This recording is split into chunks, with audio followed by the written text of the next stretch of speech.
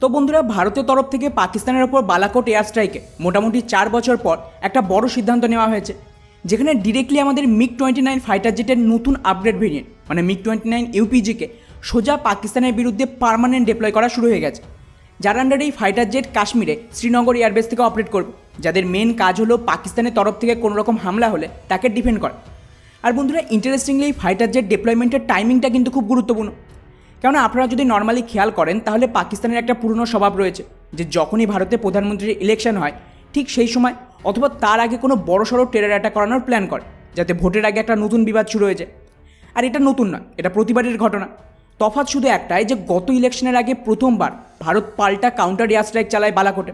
আর এরপর থেকে কিন্তু ভারতের জনগণের মধ্যে সেন্টিমেন্ট আরও বেশি স্ট্রং হয়ে গেছে।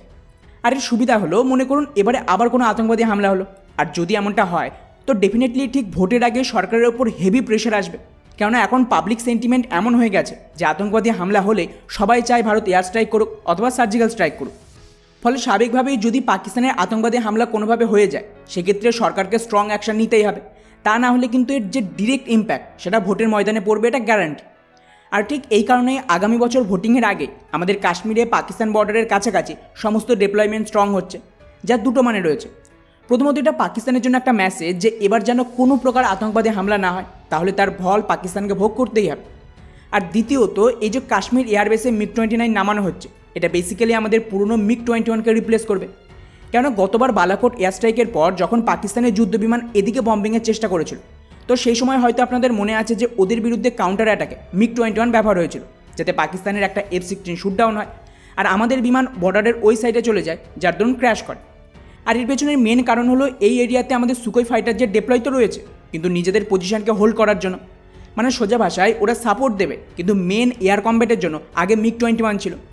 আর এর সবচেয়ে বড় সমস্যা হলো এটা এখন বাতিল হচ্ছে, এবং তার সাথে এখানে এখন এয়ার টু এয়ার হামলার জন্য লং রেঞ্জের মিসাইল প্রয়োজন, যাতে আবারও যদি সেম পরিস্থিতি তৈরি হয় তাহলে আমাদের ফাইটার জেটকে বর্ডারের খুব কাছে যাওয়ার প্রয়োজন পড়বে না, এবং খুবই লং রেঞ্জ থেকেই পাকিস্তানের এই ফাইটার জেটকে শুটডাউন করা সম্ভব।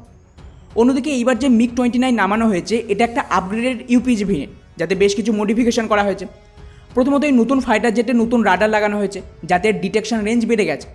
দ্বিতীয়তে, ইনফ্লাইট রিফিউলিং প্রোব এবং কনফার্মাল ফিউল ট্যাঙ্কও যুক্ত করা হয়েছে, যার সবচেয়ে বড় সুবিধা বিমান অতিরিক্ত ফিউল ক্যারি করতে পারে। আর তার সাথেই কিন্তু প্রয়োজনে এয়ার টু এয়ার রিফিউলিং করাও সম্ভব, ফলে এর যে ওভারঅল রেঞ্জ সেটা কিন্তু আগের চেয়ে অনেক বেড়ে গেছে। এছাড়াও স্কোয়াড্রন লিডার বিপুল শর্মার মতে শ্রীনগর কাশ্মীরের একদম সেন্টারে রয়েছে, যেখানে অল্টিটিউড হাই। আর এই ধরনের টেরিনে কিন্তু এমন ফাইটার জেট ডিপ্লয়মেন্ট জরুরি যার ওয়েট টু থ্রাস্ট রেশিও অনেক বেশি হবে, এবং তার সাথে রেসপন্স টাইম অনেক কমে যাবে, মানে এটা খুব কম সময়ের মধ্যেই কাউন্টার অ্যাটাক লঞ্চ করতে পারবে। আর শেষ এবং সবচেয়ে গুরুত্বপূর্ণ, এই বিমানের ইলেকট্রনিক ওয়ারফেয়ারের ক্ষমতাকেও বাড়ানো হয়েছে, যার দরুন বিমানে ইলেকট্রনিক সাপোর্টের জন্য রাডার ওয়ার্নিং রিসিভার, জ্যামিংয়ের জন্য ELT-568 অ্যাডভান্স জ্যামিং পড, এই সব কিছু যুক্ত করা আছে। ফলে ওভারঅল ভারত পাকিস্তানের বিরুদ্ধে একটা ক্যাপেবল বিমান ডিপ্লয়মেন্ট করছে, যার মেন স্ট্রেংথ হলো এয়ার ডমিনেন্স। এছাড়াও এতে এখনও অস্ত্র মিসাইল যুক্ত হয়নি, কিন্তু এর জায়গায় R-77 এক্সটেন্ডেড ভার্সন রয়েছে, যা 110 কিলোমিটার দূরেও শত্রুর ফাইটার জেটকে শুটডাউন করতে পারবে। যদিও বন্ধুরা, পার্সোনালি আমার মনে হয় না যে এবারে পাকিস্তান ভোটের আগে ভারতের বিরুদ্ধে কিছু করার চেষ্টা করবে, কারণ যদি এমনটা হয় তাহলে সরকারের কাছে কাউন্টার হামলা করা ছাড়া আর কোনো রাস্তা নেই। আর এবার হামলা করলে গ্লোবাল সাপোর্টও ভারত পাবে। উপরন্তু পাকিস্তানের ইন্টারনাল পরিস্থিতিও এতটা খারাপ যে ওরা এই মুহূর্তে কোনো প্রকার বিবাদ অ্যাফোর্ড করতে পারবে না। উপরন্তু এইবার না কেবল ফাইটার জেট, বরং S-400 এয়ার ডিফেন্স সিস্টেমও ডিপ্লয় রয়েছে।